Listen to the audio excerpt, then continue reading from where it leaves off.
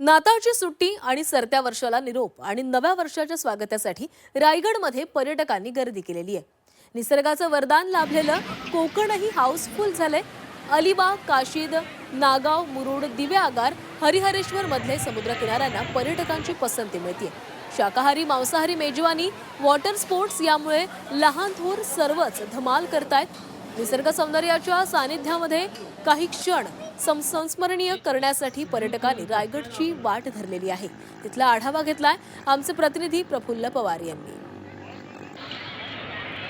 आता आपण आहोत अलिबाग जवळच्या नागाव समुद्र किनारी आणि या ठिकाणी आपण पाहतोय पर्यटकांनी मोठ्या प्रमाणात गर्दी केलेली आहे। महाराष्ट्राच्या कानाकोपऱ्यातून आलेले पर्यटक आहेत ते इथं समुद्र स्नानाचा आनंद घेत आहेत। त्याचबरोबर इथं जे वेगवेगळे वॉटर स्पोर्ट्स आहेत त्याचा देखील आनंद घेताना दिसत आहेत। इथं असलेली घोडागाडी असेल किंवा उंट सवारी असेल, वेगवेगळ्या राईड्स असतील, त्यामुळे बच्चे कंपनी देखील खुश असल्याचं पाहायला मिळतंय। इथला जो सूर्यास्त आहे तो पाहण्यासारखा असतो आणि त्यामुळे पर्यटक संध्याकाळच्या वेळेला इथं समुद्र किनारी मोठ्या प्रमाणात गर्दी करत असतात। खास करून इथे येणाऱ्या पर्यटकांचं आकर्षण असतं तो समुद्र किनारा आणि इथलं खास कोकणी जेवण।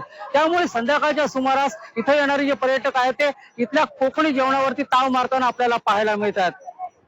रायगडच्या किनाऱ्यावरची ही जी गर्दी आहे ती नवीन वर्षाची पहाट उजाडेपर्यंत अशीच कायम राहणार आहे। प्रफुल्ल पवार, जी 24 तास, रायगड।